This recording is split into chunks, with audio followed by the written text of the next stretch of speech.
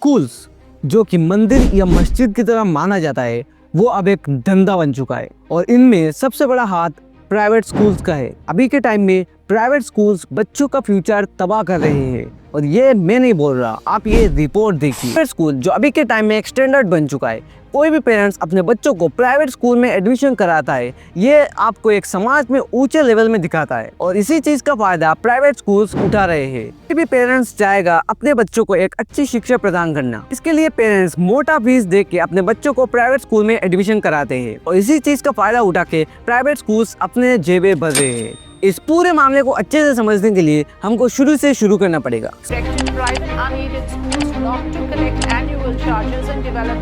Schools जो कि लोगों का सेवा करने के लिए बनाया गया था।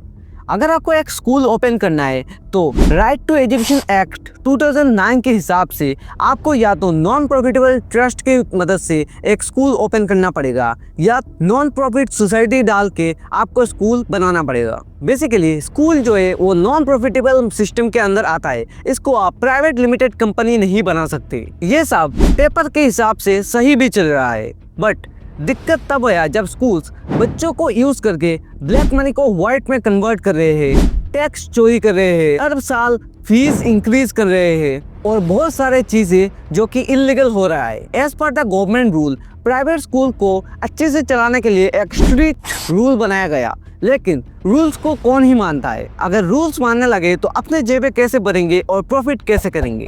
अभी हम समझेंगे कि स्कूल को प्राइवेट लिमिटेड कंपनी नहीं बनाते तो ये लोग पैसा कैसे कमाएंगे। फर्स्ट जरिया इनका पैसा कमाने का है स्कूल शुरू करने से। एक स्कूल बनाने के लिए सबसे पहले आपको चाहिए एक जमीन जिसके ऊपर पूरा स्कूल का बिल्डिंग बनेगा। क्योंकि आप एक अच्छा काम कर रहे हैं इसलिए सरकार आपको बहुत ही कम टैक्स में एक जमीन खरीदने देगा। दूसरा, एक ट्रस्ट जो कि स्कूल को चलाता है और गवर्नमेंट को छुपा के एक कंपनी भी है।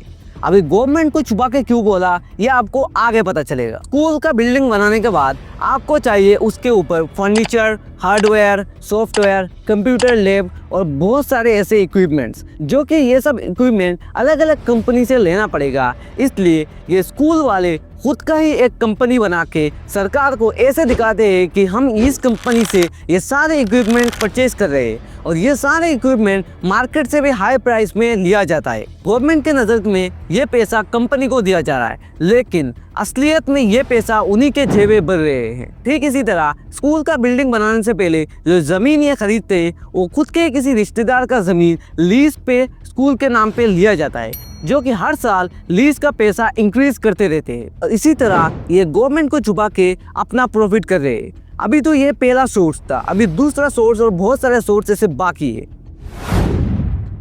अभी आते हैं ब्लैक मनी को व्हाइट कैसे करते हैं। बड़े बड़े कंपनी जिनका टर्नओवर 1000 करोड़ से ज्यादा होता है उनको 2% अमाउंट अपना डोनेट करना पड़ता है किसी चीज के नाम। सुनने में 2% बहुत ही कम अमाउंट लगता है, लेकिन अगर आप एक्सेल शीट लेके बैठेंगे तो ये अमाउंट 100-200 करोड़ में आता है। इसमें स्कूल का ये फायदा है कि ये कंपनी ये पैसा स्कूल के नाम डोनेट कर देते हैं और स्कूल इनमें से 10 या 20% कमीशन खुद रख के बाकी पैसा बैकडोर से कंपनी को दिया जाता है। इसमें स्कूल और कंपनी दोनों का फायदा होता है और इस चीज को CRS फंड बोला जाता है, जिसके लिए सारे प्राइवेट स्कूल इस कंपटीशन में है कि किसको CRS फंड मिलेगा। टीचर्स जो कि स्कूल या एजुकेशन का बैकबोन माना जाता है उनको भी ये ट्रस्टीज नहीं छोड़ती। गवर्नमेंट के हिसाब से एक प्राइवेट स्कूल के टीचर को स्टेट गवर्नमेंट के एफिलिएशन के हिसाब से सैलरीज दिया जाता है, लेकिन इन रियल टीचर्स को बहुत ही ज़्यादा लो अमाउंट पे किया जाता है। लेकिन इसके हिसाब से बहुत ही कम पैसा 2000-4000 ऐसे करके मंथली सैलरी दिया जाता है, जिसके कारण होता ये है कि प्राइवेट स्कूल के टीचर 30-35 साल के होने के बाद भी गवर्नमेंट स्कूल में अप्लाई करने या गवर्नमेंट स्कूल में पढ़ाने के लिए उत्साहित रहते हैं, क्योंकि गवर्नमेंट स्कूल में पढ़ाना नहीं पड़ता लेकिन पैसा ज़्यादा मिलता है। ये तो गवर्नमेंट स्कूल है, इसका क्या ही स्टैंडर्ड। और इसके कारण कुछ टीचर स्कूल के ट्रस्ट के साइड हो जाते हैं और ये पढ़ाना स्टार्ट कर देते हैं ट्यूशन, जो कि इनका चौथा प्रॉफिट का जरिया है। स्कूल में पूरे दिन मिलकर भी एक चैप्टर कंप्लीट नहीं किया जाता और ट्यूशन में 1 या 2 घंटे में एक स्टूडेंट को पूरा चैप्टर समझा दिया जाता है। स्टूडेंट को फोर्स करते हैं टीचर्स ज़्यादा पैसा देके उनके पास ट्यूशन पढ़ने के लिए। और कोई बच्चा अगर कम पैसे से कहीं बाहर ट्यूशन पढ़ लेता है तो इसको ऐसे ट्रीट करेंगे कि ये इस स्कूल का हिस्सा ही नहीं है। तो ये बोलेंगे कि अगर उस ट्यूशन के हिसाब से अगर ये एग्जाम देता है तो इसको मार्क्स नहीं मिलेंगे। ठीक इसी तरह रिजल्ट का टाइम में जो भी बच्चा फर्स्ट या सेकंड आता है उन्हीं का नाम पूरे जोरों शोरों से सबको सुनाया जाता है और बाकी के बच्चों के रिजल्ट पब्लिकली शो नहीं किया जाता, जिससे होगा ये कि स्कूल का नाम खराब हो जाएगा। और ना करे कोई बच्चा फेल हो जाता है तो स्कूल उसका पूरा दोष उस बच्चे के पेरेंट्स के ऊपर डाल देते हैं। और जो बच्चा अच्छा रिजल्ट करता है उसका पूरा क्रेडिट स्कूल ले लेता है। गिने चुने ऐसे 3-4 स्कूल होंगे जिनका पासिंग परसेंटेज बहुत ज़्यादा रहता है और ये स्कूल वाकई में बहुत ही बढ़िया परफॉर्म करते हैं। हर साल इनका ranking top of the high रहता है और ये बहुत ही बढ़िया स्कूल्स होते हैं।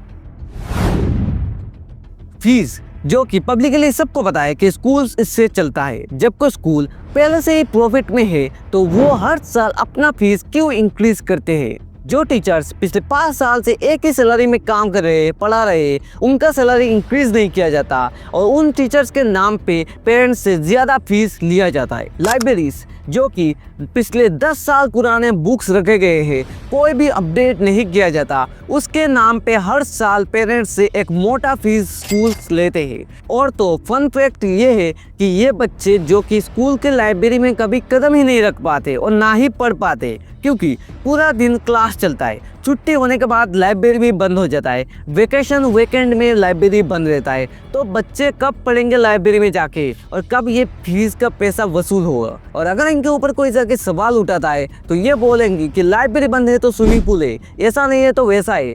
कुछ तो करके ये बात को टाल देते हैं और ज़्यादा कोई अगर एक्शन लेता है या फोर्स करता है तो उनके बच्चे को स्कूल से निकाल दिया जाता है।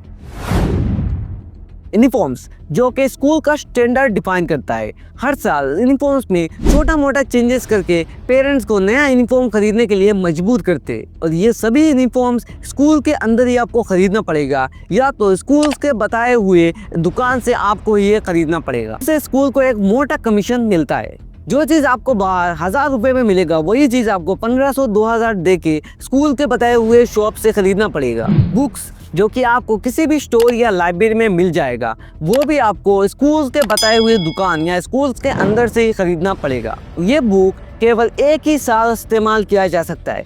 कोई स्टूडेंट अगर अपने सीनियर स्टूडेंट का बुक्स लेके पढ़ना चाहता है तो इन बुक्स में छोटे मोटे चेंजेस करके स्कूल्स इन बुक्स को अलाउ ही नहीं करते, जिसके लिए हर साल पेरेंट्स को अपने बच्चे के लिए नया बुक्स खरीदना पड़ता है। कोई भी सेकेंड हैंड बुक्स नहीं खरीद सकता।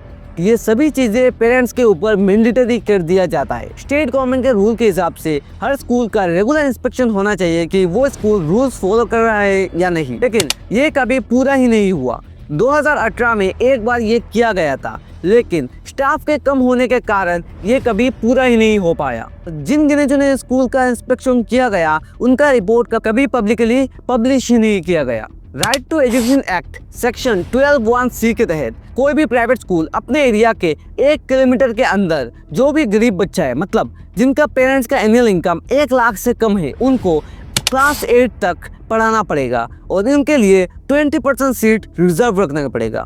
और ये सारा पैसा गवर्नमेंट प्राइवेट स्कूल को देते हैं। बट आरटीई को कोई भी स्कूल फॉलो ही नहीं करता, और जो कोई आरटीई को फॉलो करता है वो क्लास 8 कंप्लीट होने के बाद एक भी दिन उन बच्चों को पढ़ने के लिए नहीं देते। हालांकि क्लास 8 तक इन बच्चों का एजुकेशन गवर्नमेंट कराता है, लेकिन ये लोग 1 महीना भी अगर कोई बच्चा फीस देने में डिले करता है तो उनके नाम क्लास में जोर जोर से लेंगे, उनको क्लास करने नहीं देंगे, उनको बाहर खड़ा कर देंगे। प्राइवेट स्कूल्स सिर्फ और सिर्फ मेट्रो सिटीज़ में ही अच्छे परफॉर्म करते हैं, क्योंकि पेरेंट्स बच्चों के पीछे 3-3 ट्यूशन्स लगा लेते हैं। लेकिन रूरल एरिया में ये प्राइवेट स्कूल्स कभी भी अच्छा परफॉर्म नहीं कर पाते, क्योंकि कोई भी पेरेंट्स इतना मोटा पैसा स्कूल को देने के बाद इतने सारे ट्यूशन्स अफोर्ड नहीं कर पाता। अगर सच में सारे प्राइवेट स्कूल्स अच्छे होते तो ये लोग रूरल और अर्बन एरिया में सेम टेस्ट स्कोर करा के दिखाए। ये रिपोर्ट देखिए जिसमें इंडिया में गवर्नमेंट स्कूल 10.9 लाख है और 13.1 करोड़ स्टूडेंट्स पढ़ते हैं। प्राइवेट स्कूल्स 4.6 लाख से और इनके अंदर 11.9 करोड़ स्टूडेंट्स पढ़ते हैं। मैं बस इतना कहना चाहता हूँ कि मैं भी एक स्टूडेंट हूँ, ये सब चीजें मैंने देखा है, एक्सपीरियंस किया है। प्राइवेट स्कूल्स अब एक बिजनेस बन चुका है जो कि धीरे धीरे एजुकेशन सिस्टम को तबाह कर देगा। और ये तो सिर्फ स्कूल्स की बात हुई, अभी तो कॉलेज यूनिवर्सिटी के बाद बाकी रह गया, जो कि किसी और वीडियो में हम करेंगे। वीडियो इन्फॉर्मेटिव लगे तो लाइक शेयर और सब्सक्राइब कर देना और आपका पॉइंट ऑफ व्यू कमेंट में जरूर बताना। जय हिंद।